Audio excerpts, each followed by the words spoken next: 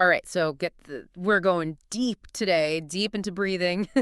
You know how we breathe, right? Well, it's way more complicated than we think. I've got these notes here from a pathophysiology lecture, and let me tell you, it's like a whole hidden world in our lungs. It really is. We just do it, breathing, but there's so much going on we don't even realize. Exactly. So these notes, they start with like a map, like a road map of how air gets from your nose all the way down to those tiny air sacs, alveoli. Yeah, the alveoli, that's where the real action is, where the oxygen and carbon dioxide, they swap It's places. like a magic trick almost, right? Kind of, but it's not all magic. There's some serious science. And not all airways are the same either.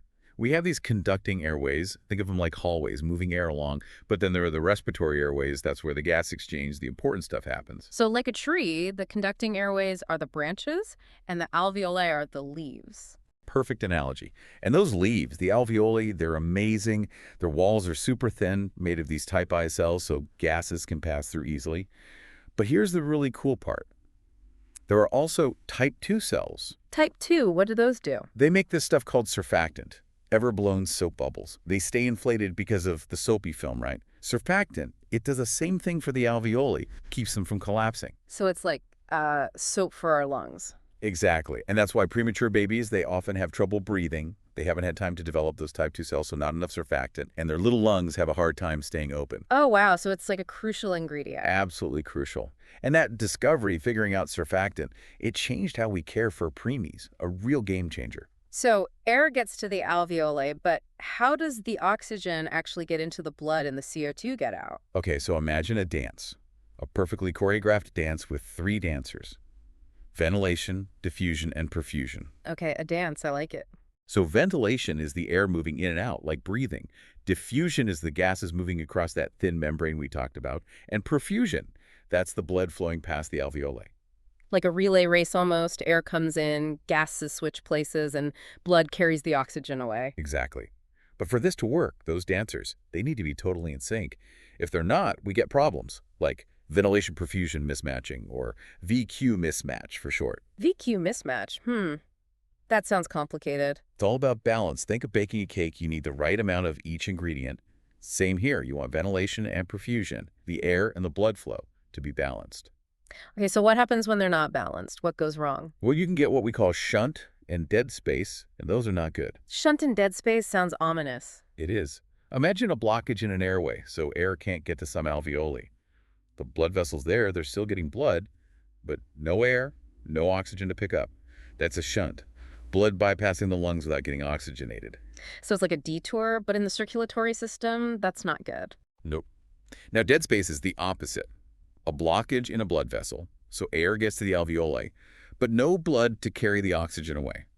Like a room in a house, perfectly good room, but nobody lives there. So both shunt and dead space mess up that balance between ventilation and perfusion. Exactly. And these mismatches can happen for different reasons. Pneumonia, blood clots in the lungs, even just a mucus plug. Okay, so now we know how things work when they're working, and we've got a glimpse of what can go wrong. But let's get to the big picture. What is respiratory failure? What does that even mean? Well, simply put, it's when the lungs can't do their job anymore, they can't exchange oxygen and carbon dioxide properly. And that's a big deal. It can be life-threatening, So it's like the lungs are saying, help, I can't keep up. pretty much. And there are 2 main types: hypoxemic respiratory failure, that's when the blood oxygen is too low, and hypercapnic hypoxemic respiratory failure, that's when carbon dioxide is too high. So two sides of the same coin, or are they completely different problems? They're distinct, but often go together. Hypoxemic failure, that usually comes from those VQ mismatches or problems with diffusion. So either air's not getting to the alveoli right, or the alveoli themselves are messed up and can't do their job. Exactly. Think of things like pulmonary edema, that's fluid in the lungs, or pneumonia, where the alveoli are inflamed. Both can cause hypoxemic failure. Okay, and the hypercapnic kind, what causes that? That's mainly about hypoventilation, meaning not enough air moving in and out.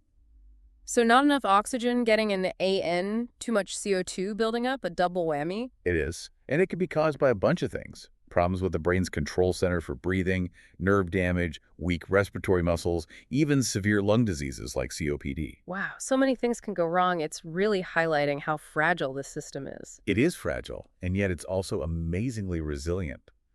You wouldn't believe how the body tries to compensate to fix these imbalances, at least for a while. Like those fight or flight responses we hear about? Exactly. Take hypoxemia, for example. Mm. Low oxygen in the blood. Even with mild hypoxemia, the body's like, okay, got to get more oxygen to the vital organs. So it starts pumping more blood, like faster. Faster. And also, it does this thing called peripheral vasoconstriction. It's basically narrowing the blood vessels in the hands and feet. So that's why people with low oxygen, they get cold hands and feet. The body's saving the good stuff for the brain and heart. You got it. But if the hypoxemia gets worse, those tricks don't work so well and you start seeing serious symptoms. Like what? What should we be worried about? Confusion, restlessness, trouble moving. And if it keeps going, it can even lead to a coma. Coma, wow, that's scary. It is scary, which is why catching those early signs is so important. There's a mnemonic to remember. Blue RAT. Cyanosis, that's the bluish color. Then restlessness, anxiety, and tachycardia, a fast heart rate. So if someone's turning blue and getting fidgety, that's a bad sign. Definitely a bad sign. Don't wait. Get help.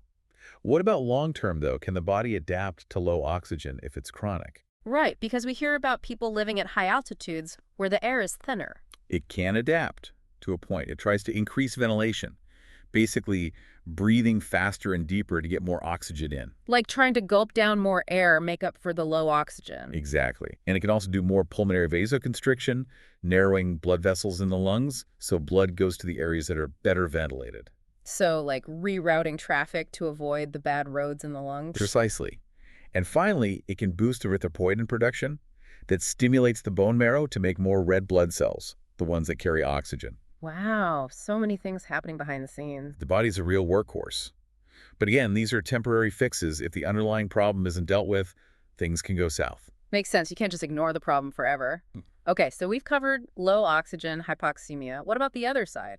Hypercapnia, the high CO2. Hypercapnia, that's all about hypoventilation, remember. Not enough air moving, so CO2 builds up. Think of a stuffy room, no fresh air. Right, gets all stale. And just like with hypoxemia, the body tries to compensate. First, it increases breathing rate and depth, like trying to blow off that extra CO2. Makes sense. Got to get rid of it somehow. But it also gets the kidneys involved. They increase bicarbonate reabsorption, helps balance out the acidity caused by the CO2. Kidneys too. Wow, it's a team effort. It is. But again, these are short-term solutions. If the problem persists, those respiratory muscles, they get tired, and the hypercapnia can get worse.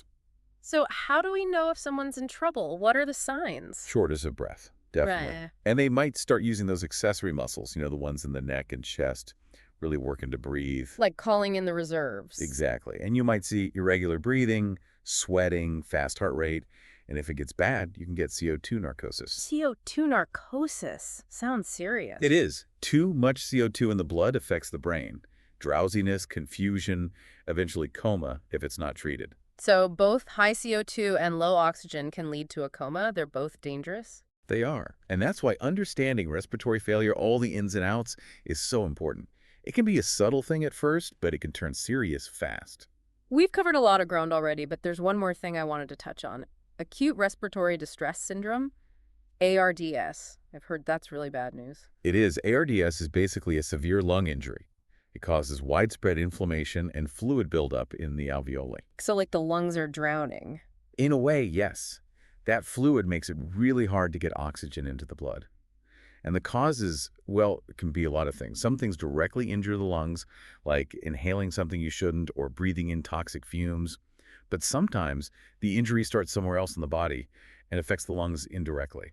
So like the lungs get caught in the crossfire. Yeah, think of sepsis, a severe infection, or pancreatitis. They can both trigger ARDS. So regardless of the cause, what actually happens in the lungs? It's basically an inflammatory firestorm. The immune system rushes in, releasing all these chemicals. But those chemicals, they damage the delicate barrier between the alveoli and the capillaries. That thin barrier we talked about earlier, the one that lets gases pass through. That's the one. And when it's damaged, fluid leaks into the alveoli, flooding them.